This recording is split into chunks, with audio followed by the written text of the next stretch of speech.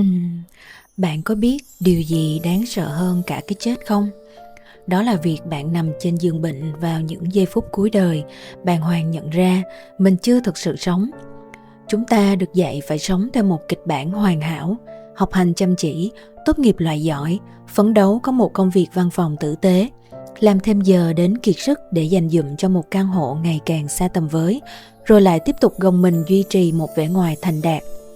Thế nhưng càng đi tiếp, bên trong bạn lại càng âm ỉ một khoảng trống khó gọi tên. Bạn thực sự đang thực hiện ước mơ của mình hay chỉ đang trì hoãn cái chết trong vô thức? Và trong khi ta còn chưa kịp xong xuôi với cuộc đời này, cái chết đã có thể đến bất cứ lúc nào. Triết gia Soren Kierkegaard từng gọi trạng thái tương tự là nỗi đau hiện sinh. Ông ví nó như một cơn chóng mặt trong tâm lý con người. Khi đứng trước cái chết, mọi tước vị xã hội, mọi thành tựu, thậm chí mọi bất hạnh mà bạn đã trải qua đều trở nên vô nghĩa. Tuy nhiên, bạn có sự tự do để lựa chọn mọi thứ trong cuộc đời mình. Nhưng chính từ sự tự do ấy, bạn cũng sẽ phải là người gánh lấy hệ quả, dù cho nó có là gì đi chăng nữa. Soren Kierkegaard từng nói, cuộc đời chỉ có thể được hiểu khi nhìn lại phía sau, nhưng chỉ có thể được sống khi bước về phía trước. Nghĩa là bạn hoàn toàn tự do ra quyết định, nhưng không có một ai và không có một tấm bảo hiểm nào bảo chứng cho tương lai của bạn. Dù sống huy hoàng hay lặng lẽ, cái chết vẫn là điểm hẹn không một ai vắng mặt. Hãy nhớ rằng, nỗi sợ cái chết không nằm trên những trang sách triết học mông lung. Nó hằn sâu trong từng tế bào của bạn. Bộ não chúng ta chưa từng được lập trình để bình thản trước sự biến mất của chính nó. Ngay khi bạn ngửi thấy mùi nguy hiểm, hạch hạnh nhân sẽ nhấn lúc báo động. Tim bạn đập dồn dập, lồng ngực thắt lại. Ở tầng sinh học nguyên thủy nhất, cơ thể bạn được thiết kế để chiến đấu bằng mọi giá để sinh tồn, chứ không phải để cam chịu sự hủy diệt. Nhưng nghịch lý lớn hơn của loài người nằm ở chỗ, chúng ta không chỉ sống bằng bản năng, chúng ta có ý thức. Bạn có trí nhớ để nuối tiếc quá khứ và có trí tưởng tượng để nhìn thấy chính mình trong tương lai. Để giải thích sự hoảng loạn này, tâm lý học xã hội có một khái niệm gọi là thuyết quản lý nỗi sợ. Khái niệm này giải thích tại sao chúng ta bám víu vào luật nhân quả. Có khá nhiều thực nghiệm khoa học uy tín suốt hàng thập kỷ qua đều chứng minh một quan điểm nhất quán. Khi bị đặt gần hơn với cái chết, con người sẽ bám chặt vào những gì khiến họ thấy mình an toàn. Hiểu một cách đơn giản, khi ý niệm về cái chết hiện rõ hơn, con người ta sẽ có xu hướng siết chặt những hệ trật tự niềm tin cốt lõi, để thấy rằng đời mình còn có giá trị và có thể kiểm soát được. Một trật tự lớn hơn bản thân họ, đó có thể là đạo đức, tôn giáo, niềm tin văn hóa, gia đình hay niềm tin vào luật nhân quả. Năm 2010, Book, Martin và Faucher tổng hợp hơn 100 bài báo nghiên cứu khoa học với hơn 250 thực nghiệm cho thấy, khi ý niệm về cái chết được gợi lên, con người có xu hướng gia tăng bảo vệ thế giới quan văn hóa và khẳng định giá trị bản thân. Năm 2023, Schindler và các cộng sự đã nghiên cứu sâu hơn vào vai trò của chuẩn mực xã hội, cho thấy phản ứng này không diễn ra theo một khuôn cố định, mà còn phụ thuộc vào chuẩn mực nào đang được làm nổi bật trong bối cảnh văn hóa đó. Vì thế, những câu như ở hiền gặp lành, gieo nhân nào gặt quả nấy không đơn giản là lời răn dạy của ông bà xưa. Chúng chính là tấm khiên tâm lý giúp chúng ta cảm thấy thế giới này bớt hỗn loạn. Ta cần tin rằng đau khổ không vô nghĩa và đời sống này vẫn còn một trật tự nào đó để bấu víu, để bất tử hóa bản thân như tích lũy tài sản cho con cháu, xây dựng danh tiếng hoặc tích đức cầu mong một kiếp sau tốt đẹp hơn. Nhưng chính ở đây, thực tại lại khiến chúng ta một lần nữa chao đảo. Chúng ta chứng kiến những vụ trục lợi trên sức khỏe và nỗi đau của người yếu thế với hàng loạt sản phẩm giả kém chất lượng và gây ung thư. Người lao động bị nợ lương trong cơn bão giá nhu yếu phẩm, nhà đất và các sản phẩm tích lũy tăng chóng mặt, hàng loạt gia đình kiệt quệ cả về mặt tài chính lẫn cảm xúc. Con người ta kiệt sức đến mức không còn khả năng bật dậy sau biến cố như trước. Điều bị vụn vỡ chính là tấm khiên tâm lý được truyền lại từ các thế hệ trước, thứ giúp chúng ta tin rằng sống tử tế rồi cuối cùng cũng sẽ được đền đáp, nay đã không còn chắc chắn nữa. Và khi niềm tin này rạn nứt, con người thường rơi vào hai thái cực. Một là phẫn nộ, cay độc, hoài nghi tất cả. Hai là tê bì, buông xuôi, như thể không còn đủ sức để cảm thấy gì nữa. Đó không chỉ là bi quan, nó là phản ứng khi tâm lý con người không còn biết nên đặt niềm tin vào đâu. Albert Camus gọi điểm đáy này là sự phi lý.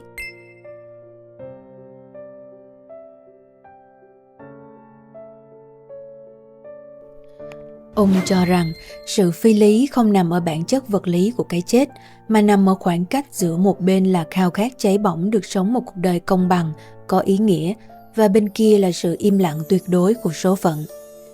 Rõ ràng là cuộc đời không hề hứa hẹn với chúng ta bất cứ điều gì, càng không có phản hồi với mọi lời cầu nguyện nếu chúng ta không tự thuyết phục bản thân rằng mình nhận được một thông điệp nào đó có ý nghĩa từ thế giới bên kia. Đó có thể là thần thánh, vũ trụ hay chính tổ tiên đã khuất của chúng ta. Bạn có thể làm mọi thứ thật nghiêm túc, thật tử tế, thật đúng đắn, nhưng bất cứ lúc nào, thực tại cũng có thể tước đoạt đi tất cả mà không có một lý do nào cả. Điều này phần nào lý giải nỗi đau hiện sinh không chỉ đến từ ý thức về sự hữu hạn của đời người như một sự kiện sinh học. Nó xuất phát từ nỗi sợ về sự vô nghĩa. Nỗi sợ rằng dù bạn có cố gắng trở thành một phiên bản hoàn hảo đến đâu, có giàu có đến đâu, có nổi tiếng đến đâu, tất cả rồi cũng sẽ bị xóa nhòa vào trong không gian thinh lặng. Thế nhưng, ngay giữa hố đen hiện sinh tuyệt vọng đó, các nhà tâm lý học thực nghiệm lại một lần nữa phát hiện ra một quỹ đạo kinh điển. Đó là, ngay khi bạn ngừng sợ hãi, ngừng co cụm phòng vệ và bắt đầu chấp nhận tính hữu hạn của kiếp sống này, mọi thứ xung quanh bạn bắt đầu đảo chiều. Các nghiên cứu tâm lý học cho thấy, phản ứng của con người trước ý niệm về cái chết không phải lúc nào và cũng không phải ai cũng giống nhau. Không phải cứ đối diện với cái chết là tất cả chúng ta đều sẽ trở nên khép kín, giáo điều hay phòng vệ. Lúc này, cái chết không còn là một lời đe dọa, nó biến thành một tấm gương, buộc chúng ta phải bóc trần sự thật về ý nghĩa sự tồn tại của chính mình. Nếu thời gian là có hạn, mỗi sinh mệnh đều vô thường, vậy điều gì mới thực sự đáng để giữ lại? Điều gì là thật và điều gì chỉ là lớp vỏ trốn tránh, phòng vệ để che đi nỗi hoảng loạn của một đời sống lạc lối và vô nghĩa bên trong?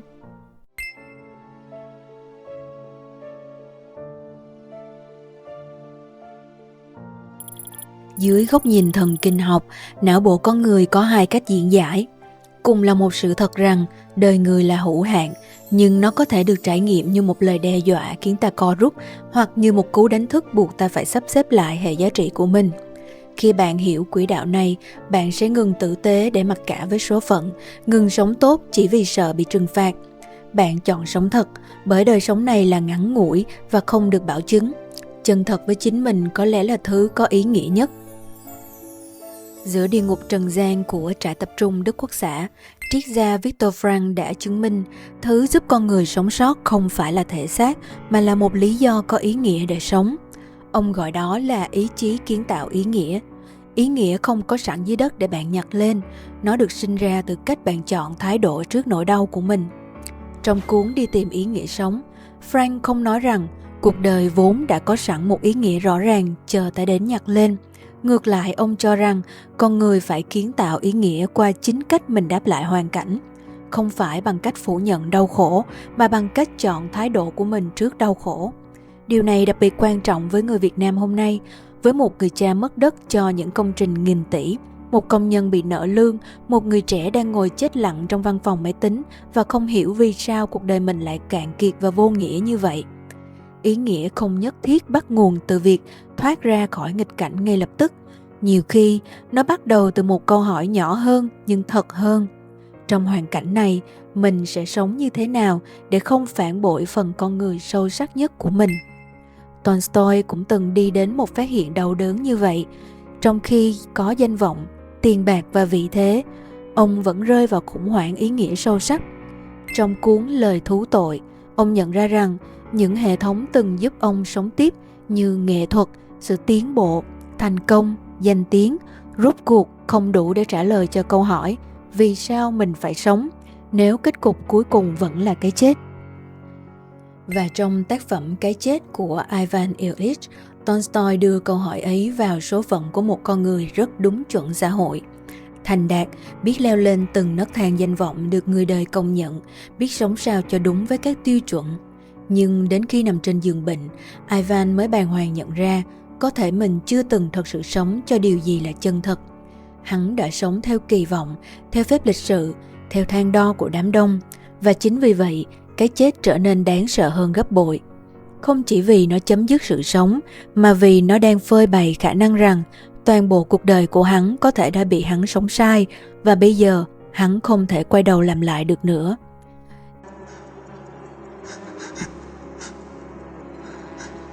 Боже, зачем ты все это сделал? Зачем привел меня сюда? За что? За что так ужасно мучаешь меня? За что?